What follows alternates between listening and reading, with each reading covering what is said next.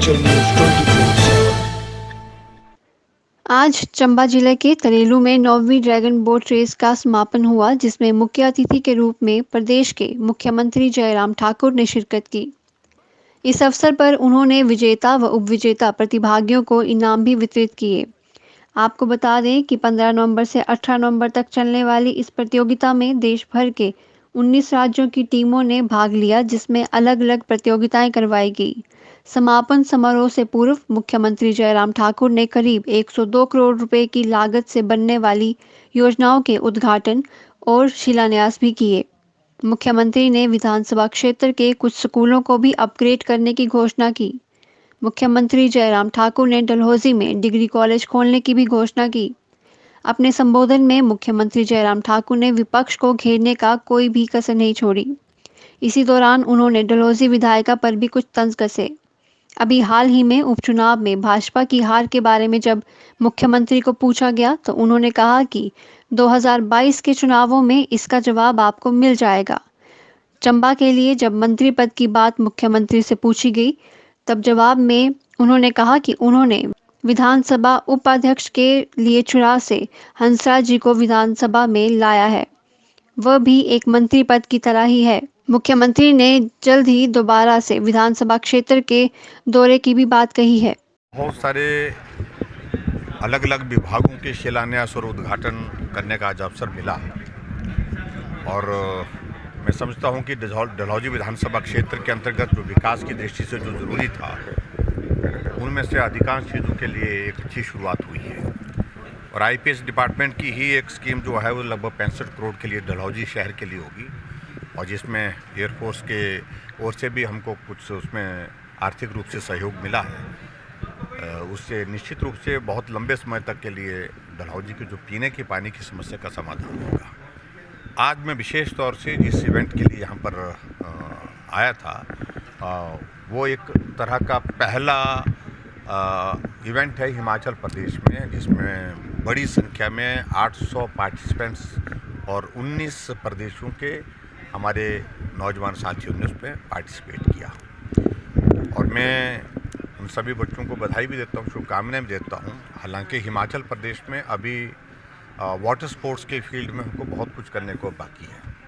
हमारे पास बहुत सारे इस तरह के रिजर्वायर हैं जो पर्टिकुलरली जहाँ हमारे हाइडल प्रोजेक्ट्स हैं, जहाँ बहुत सारी संभावना है, चाहे जैसे चंबेरा 1 यहाँ तो ये तो हुआ ही हुआ, और उसके अतिरिक्त हमारे वहाँ कोल डैम है, पंडोर डैम है, लारजी डैम है, ऐसे बहुत सारे पौंग डैम है जहाँ बहुत सारी संभावनाएं वाटर स्पोर्ट्स की दृष्टि से हम देखते हैं।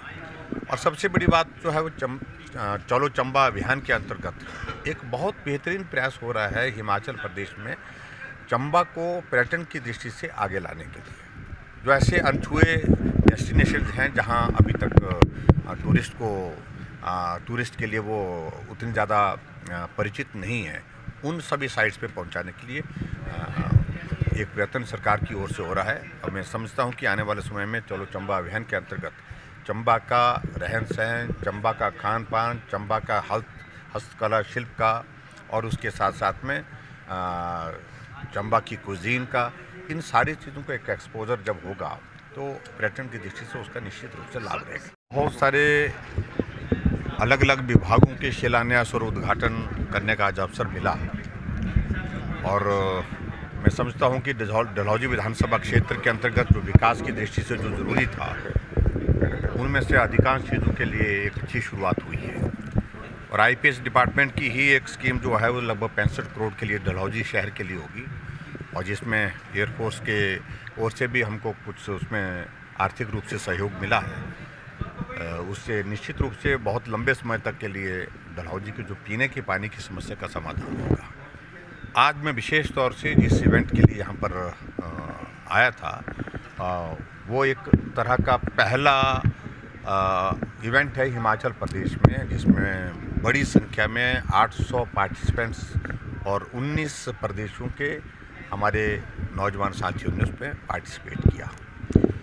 और मैं उन सभी बच्चों को बधाई भी देता हूँ, शुभकामनाएं भी देता हूँ। हालांकि हिमाचल प्रदेश में अभी वाटर स्पोर्ट्स के फील्ड में हमको बहुत कुछ करने को बाकी है।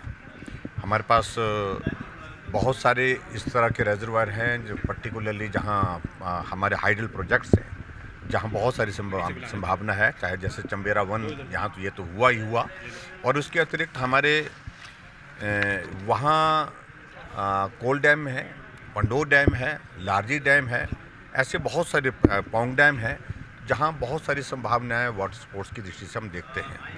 और सबसे बड़ी बात जो है वो चलो चंबा अभियान के अंतर्गत एक बहुत बेहतरीन प्रयास हो रहा है हिमाचल प्रदेश में चंबा को पर्यटन की दृष्टि से आगे लाने के लिए। जो ऐसे अनछुए डेस्टिनेशन हैं जहां अभी तक